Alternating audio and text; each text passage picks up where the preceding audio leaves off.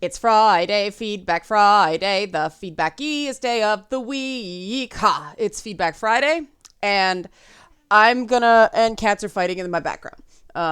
Right behind me. Oh, they're gone now. Okay, so that was well timed. This is gonna be a tough Feedback Friday for me because the feedback was sort of all over the map, and it wasn't even in particular buckets. So I'm gonna do my best. And try to get through as much as I can with the full understanding that someone will get pissed off because I didn't cover something and insist it's proof that I am ignoring criticism and all that stuff. It's not that. It's just there's only so much time. I'm going to start in the core gaming stuff. Despite the content I did this week not being as much about how I felt about Jill Valentine's Resident 3 DLC pre-order bonus outfit, a lot of people seem to want to talk about that. So, okay, you want to talk about it? I'll talk about it. I did do some digging about the marketing and how that outfit was advertised. And it's a mixed bag. I'm going to show you an image that was the EB Games pre-order thing. And the problem is I don't think it's really going to settle anything, and I'll show you why. So here it is. Resident Evil 3, pre-order now to receive bonus items. Classic Jill costume DLC. Original Carlos haircut DLC. Now, it does say classic Jill costume. It does not say inspired by, but the picture is exactly the costume they provided. It's the one in the game. You can see the skirt seam right there.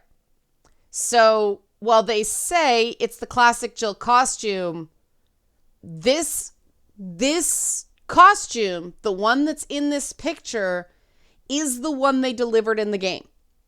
Now, totally understand that some people didn't look that hard, but they did deliver the item they showed in the image. And though that is not the classic Jill Valentine costume, really, it is the one they showed in the picture. So I can see how some people might not have looked that closely and felt misled. Valid. I can see how Capcom could be saying, well, the image we released is the one we put in the game.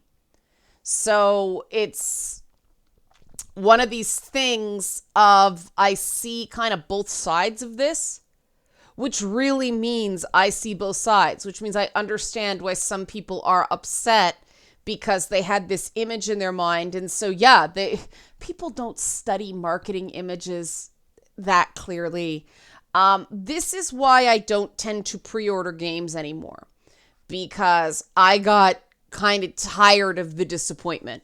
With digital downloads, there's no risk of there being shortages day of. I know some people love their hard copies, so that's a different thing. If you pre-order because you're a hard copy person, that's your thing, right? But I download pretty much all but exclusives and game series I think I might lend to somebody.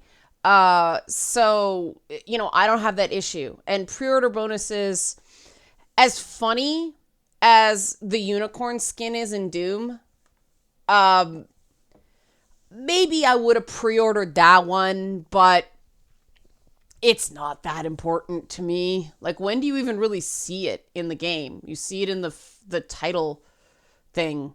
It's a first-person game. You don't really see in cutscenes, I guess you'd see it. But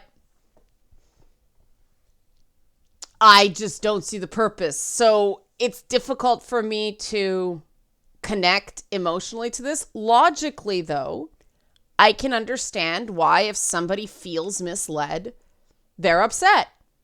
And that's valid. And that is something that I think personally Capcom should learn from moving forward, that if they're gonna... I do believe that if you are going to leverage nostalgia you better be nostalgic, right? Like, it was ridiculous how much time I spent getting certain details of that dumb Mist parody I did for Boss Fight down. But you want to get those details down to show that you love it. You're not just making fun of it, if that makes any sense. You're spoofing it because you love it, not because you're trying to be a jerk. And that seemed to be one bucket of comments regarding it. People really got triggered by the phrase "the greater good." And I admit I don't know how to take some of the comments, because I wasn't arguing the greater good. I was saying this is this one side of the argument. Personally, I kind of see the other side more. I don't agree that it's a greater good thing.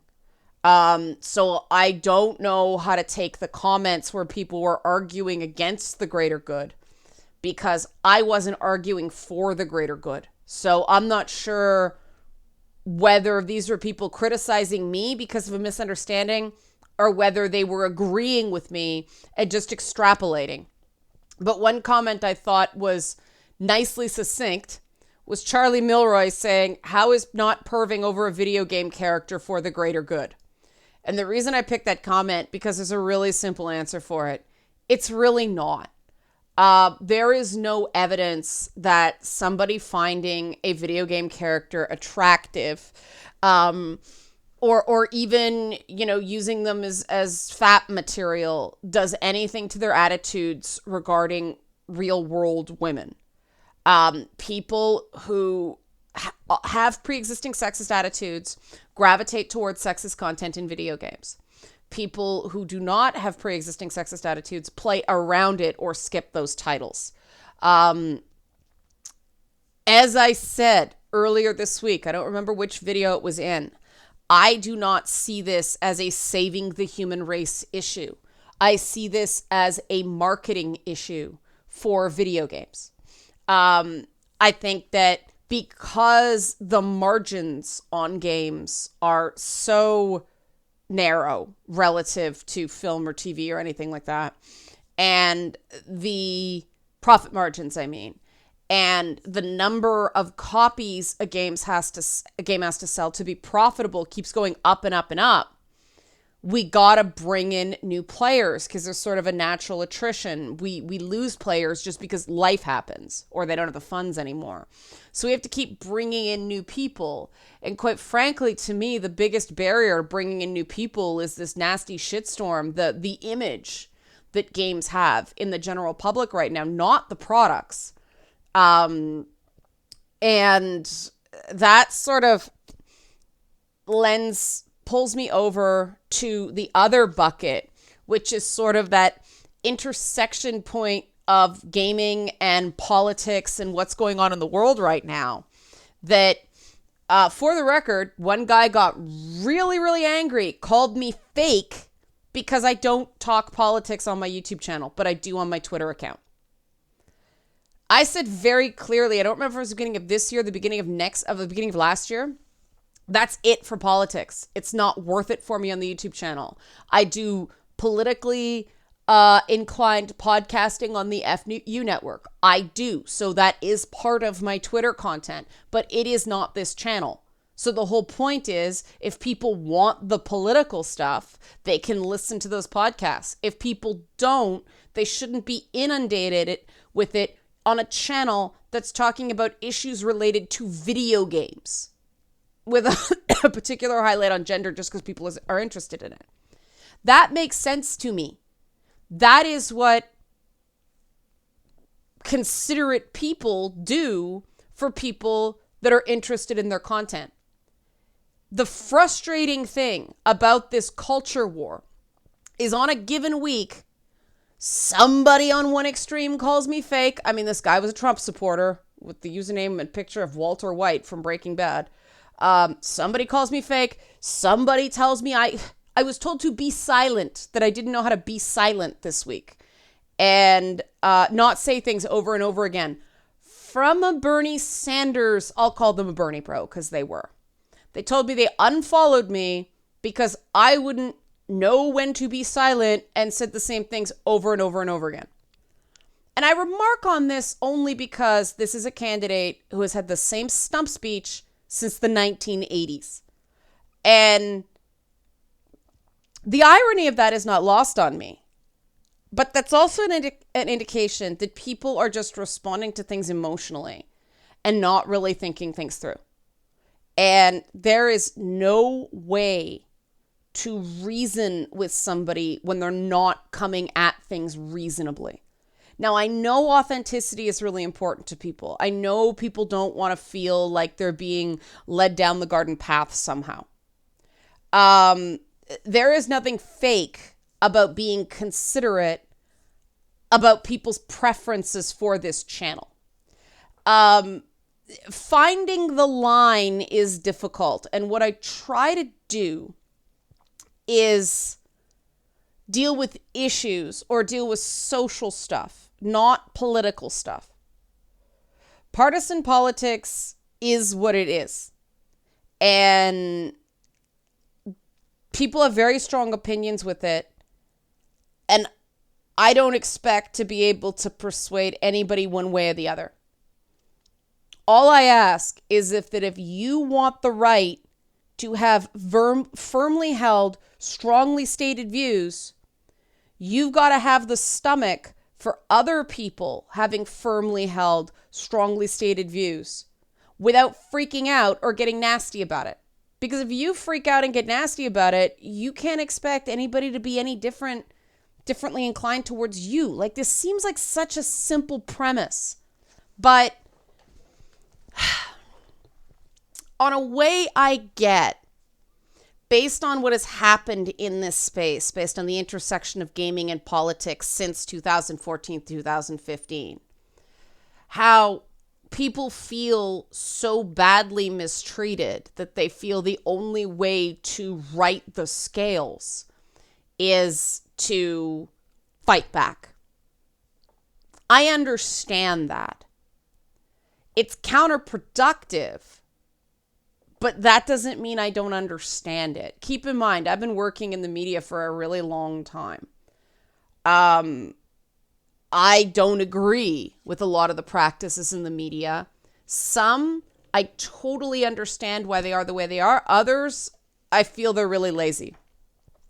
But just so you guys know, everything is too chaotic and everything is moving too fast for there to be a grand conspiracy that is like planned and executed. There are reasons that things are horrendously biased and things are god-awful echo chambers. That is not the same thing as a conspiracy. And I hope that that's somewhat reassuring. What ends up happening is that it's a feedback loop, right? Everything's really hostile, so people tend to gravitate towards people with similar opinions. And then they can't handle people with different opinions, and so things become more hostile and everything gets more and more and more and more concentrated. There is maybe 2 people on the planet that I think have generally about the same political views as me. So obviously I don't live in an echo chamber. And even then, we differ on certain critical things. And a lot of that is personal experience. Everybody has different priorities and we need to respect those and not go crazy on each other, in part because it just doesn't persuade anyone. You push them in the wrong direction when you do that.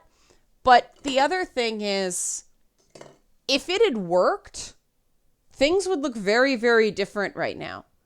I mean, one person, they said this on Twitter, not on YouTube, but it's Yossi Sovereign, a long time commenter.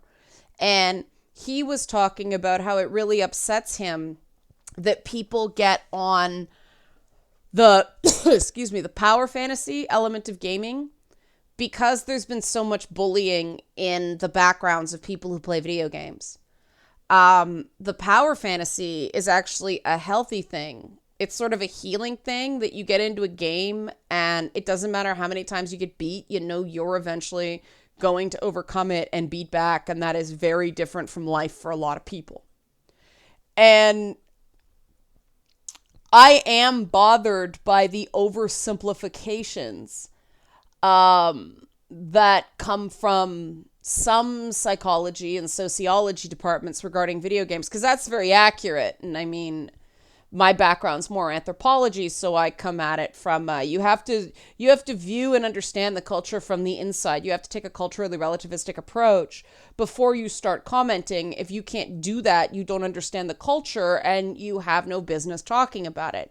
Sociology and anthropology are very, very different in those regards, and there's no uncrossing those streams. There's no merging those two things. You literally get a completely different viewpoint depending on the lens you use. And that bothers a lot of logical, objective, there has to be facts here thinking. It bothers me to be aware of that. But I mean, when you do look at the facts, there is just not a lot of evidence that there's been a huge uptick in crime and mistreatment since video games became popular. In fact, violent crime rates have gone down. So video games are a mass cultural phenomenon. You'd think you'd see some correlation there if there was some sort of causal relationship, which there's not.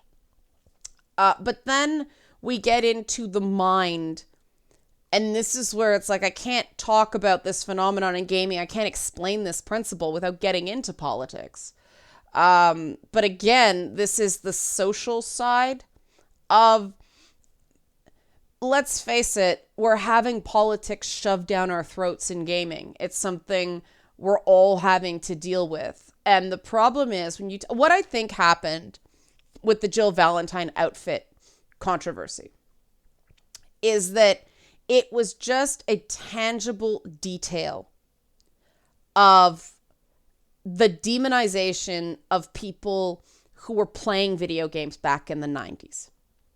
Even though the real issues that the backlash is against right now happened in the 2000s. They were Xbox generation. They weren't PS1 or even PS2. It was the Xbox and the explosion of shooters and all the American-style, militaristic, the not good kind of testosterone-soaked. Like, there's a big difference. And one person said on Twitch, I know I'm jumping around here, I'm just trying to be really careful and not offend anybody. With awareness. I offend people just by having opinions, not knowing how to be silent. As one person said on Twitch while I was playing Doom, there's nothing inherent to the games that was grotesquely machismo. It was the marketing surrounding those games. The one they mentioned was Halo. And it's true. There's nothing, like if you compare Doom, which is stupidly, hyper-realistically violent, and then Halo's pretty tame by comparison. There's nothing in Halo that causes any kind of bad behavior. It was, and I wouldn't even say it was the marketing around Halo. It was the cultural, we're gonna out-bully the bullies kind of thing. We're gonna get our, we're gonna trash talk and we're gonna feel as powerful as we think the people who pick on us feel. And so we're going to adopt that language. And the mistake there is that people who do that to other people in the real world don't feel powerful. They walk around scared, and that's why they have to bully other people. And that's why the best players tend to not really engage in that kind of stuff. They're too busy playing the game. But just because someone doesn't understand the motivations doesn't mean that their attempts to build up their sense of self-worth and a sense of self-esteem are inherently negative. And that's been very misunderstood by people who haven't bothered to understand gaming culture before they started denouncing it. It's a problem, and it's a particular problem on, excuse me, on the progressive left. And I saw a post-mortem from a Bernie Sanders surrogate that was just so, wow, this could apply to the people who are sort of in the same bucket politically, sort of that they're not just progressive in their politics, meaning, equality for everybody, believing we need to do more in terms of equality, including equality of opportunity. Trans people have the right to be treated with dignity and identified by the gender that they feel that suits them. Genderqueer people are legitimate, and so on and so forth. There's that bucket in the progressive left that was sort of in the Sanders camp. And then there were the people who really only cared about economic programs. That's not those people for this conversation. And that, I think, was a problem this time around, is that quality of the Sanders campaign didn't exist in 2016 to the same degree. And the reason I think his support actually shrunk is because, that bringing in people like Linda Sarsour on your campaign team, I know that put me off. It turns out it seemed to put off the very people that they were trying to attract with that. And this Sanders surrogate said, in their opinion, why, which I think is very relevant to gaming. It's, I'll pull this up so you can see it. I screen capped this and put it on my Twitter. So I think the weaknesses of both Sanders campaigns are reflective of the weaknesses of the progressive movement more generally, said Jonathan Ticini, a progressive activist and former Sanders surrogate. It isn't that the Democratic Party is corrupted in the hands of the party elite. That is a factor, but also a factor that you have to run effective elections. That kind of made me chuckle. I'll explain why in a bit. We're not very good at assessing our own weaknesses, Ticini added. People in the movement perceive criticism as not being loyal enough, so it blinds us from having the honest conversations that would then lead to more victories. And it's that last part I think is extremely relevant to gaming. People in the movement perceive criticism as not being loyal enough, so it blinds us from having the honest conversations that would then lead to more victories. If you observe these online places where people congregate to talk about like wokeness, they are very careful to not criticize each other, because criticizing each other is the end of the world. The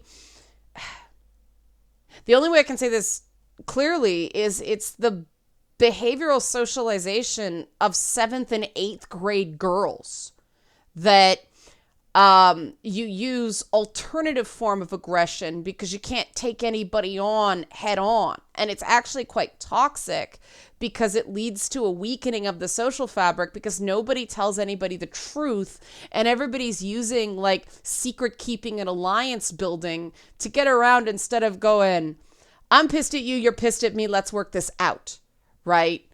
And that is a very real element of the so-called progressive left right now. And I say so-called progressive because you can't move forward when you have the mental and emotional maturity of somebody only on the low end of adolescence. When you are acting like a child, when you are thinking like a child, when you have the emotional maturity of a child, you cannot find workable, positive solutions for the greater population. You're just not mature enough to do it. You don't have the big picture. And that's exactly what's been going on in gaming. That these people who have the emotional resilience of a broken 14-year-old are setting policy for everybody else. And, in some of the consulting work I do, one of the big things is people want not just to avoid the really nasty attacks online, which you can't because they're fairly unpredictable. But they want to know that they didn't do anything wrong. And a lot of the times, they didn't do anything wrong. People took something they did that was extremely innocent and added or subtracted to what they actually presented to jump at a preconceived boogeyman. And it's not their fault. And I really do think that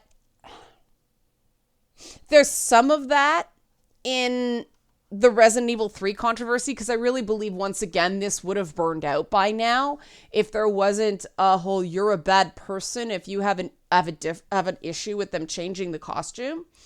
And I think it's not being read in the correct lens.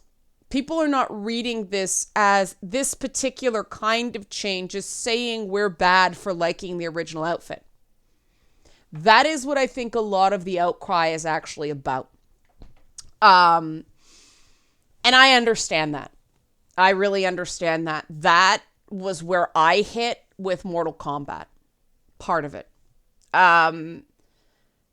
But I think what really happened is that these, these leftists in gaming, they haven't had something to fly the flag on for a while. And let's face it, they lost in the greater political debate, right? So all their energy being focused there, they were sort of tamped down a little bit when they think they could actually get access to the halls of power in that regard. They were going to be the in-group for a while. Now that that's over, and let's face it, it was over before Sanders suspended his campaign. They're back to crapping all over the places that they still have power.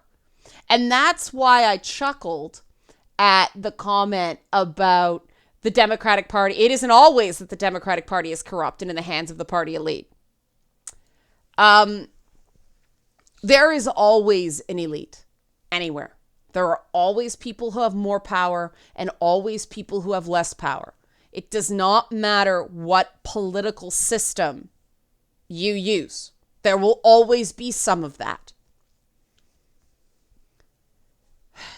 Corruption is different than a structural hierarchy. Okay, just because they are elite, they're elites in something, doesn't mean it's corrupt, right? Corruption is something else. Corruption is manipulating a system so it doesn't work the way it was intended to. And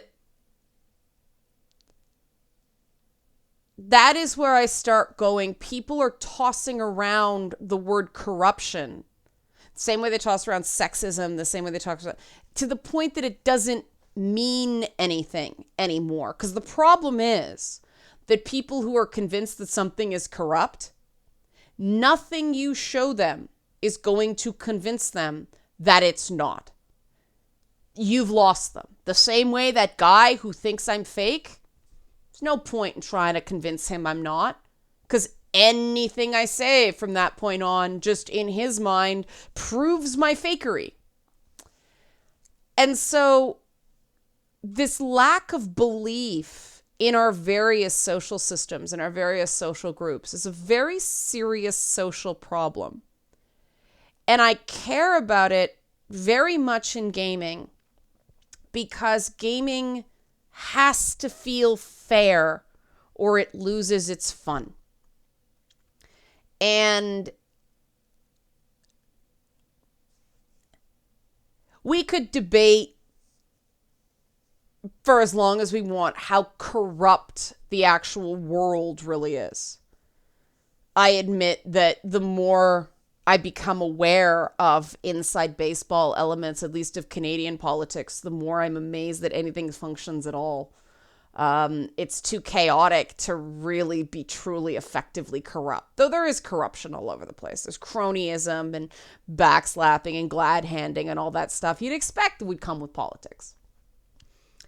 But gaming, we do have to hold it to a higher standard because the fairness element of gaming is what makes it such a refuge for a lot of people. And we have to be very careful separating from people who are just wrong and people who are driving an agenda. And the problem with the progressive left thinking criticism is anathema is that blurs that line. If you're not prepared that sometimes you're going to be wrong and you're just going to have to take that. Like, by the way, I was wrong about Jill going to a party in Resident Evil 3. Apparently that was not in the game. That was a fan theory. So take that for what it's worth. But if you're never prepared to kind of go, okay, that was wrong. That was not tactically, that was not what the people wanted this time around. Learn from it. People can't distinguish between when you're wrong and when you're disingenuous or driving an agenda. And that's a really important distinction. And I'm really, really disturbed by the lack of trust that I'm seeing among people now. Because that lack of trust is exactly what authoritarians and people who do want to claw back civil liberties for corrupt purposes exploit.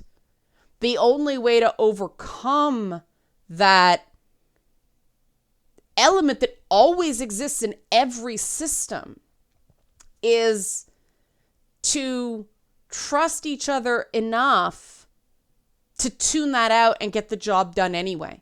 Because we can't obliterate it. We can't get rid of it. We have to just sort of contain it. And unfortunately, the very media literacy that people thought would slow the spread of this contagion has actually been co-opted to serve that corrupt intent. And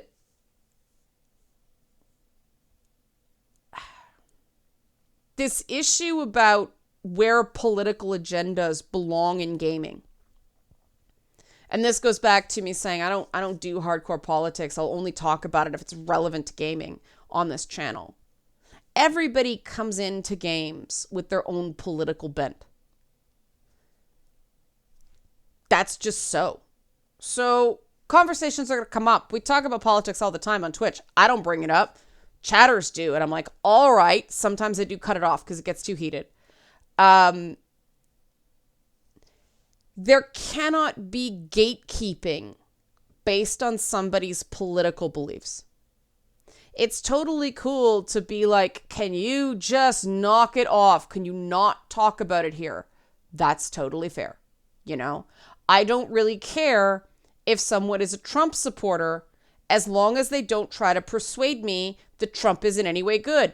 I'm never going to agree. Like that guy who thinks I'm fake and I can't persuade him otherwise. I'm never going to think that Trump is a good president or a good human being. I'm just never going to think that. Don't even try with me. We have to be able to accept those differences in each other. And at one point we could. And then in around the 90s, everything got really, people who think differently from you are evil. It started with Limbaugh and company. And various political systems are just not designed to work when people of different mindsets can't compromise. You know, if you want to be an activist, go on, be a true believer all you want. But activists don't actually have to make the rules that other people follow. And that's the problem in gaming right now. The activists are just shouting people down and they are setting the rules because developers who are just got bullied backgrounds like everybody else. Like, don't yell at me, don't yell at me, I'll do whatever you want. Good stuff doesn't happen that way. Now, things are starting to come back, but we do have pretty serious issues regarding of that. We've got a hole to dig out of.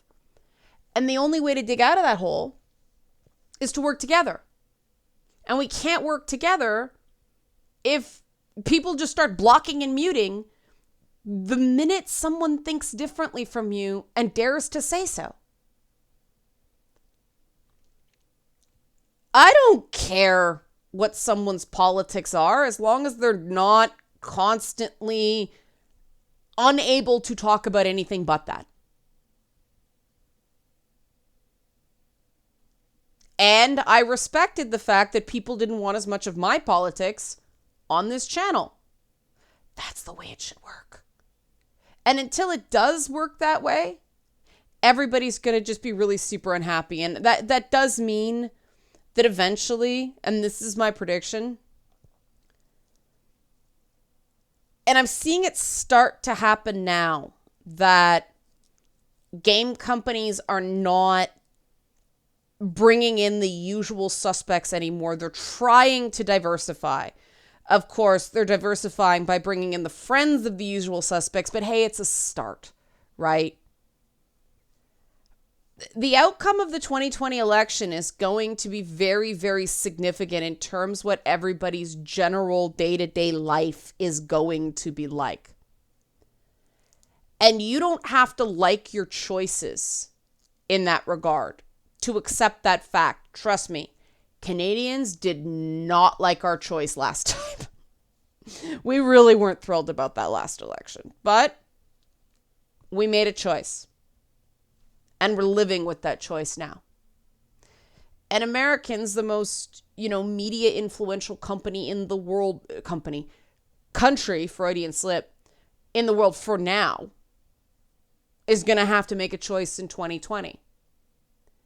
And we're going to find out if they're going to let perfect be the enemy of the good. And we got a lot of road to cover before then. So really, seriously, remember that person you're attacking over politics is the exact same person you liked before you found out what political candidate they support. They are not suddenly a totally different person because they don't agree with you on that point. Also consider that if you're going to excommunicate people for not agreeing with you in that regard, daring to express a different opinion, you can't complain anymore when others gatekeep or excommunicate you on the exact same grounds. And I'll leave it there. I realized I forgot to do the Patreon this time, but I'll do it now. Better late than never. Help support this channel. Become a monthly patron. Patreon.com/LeannaK. I forgot it's Good Friday today. Happy Easter to those who celebrate. Have a great weekend for everybody else. Thanks for watching.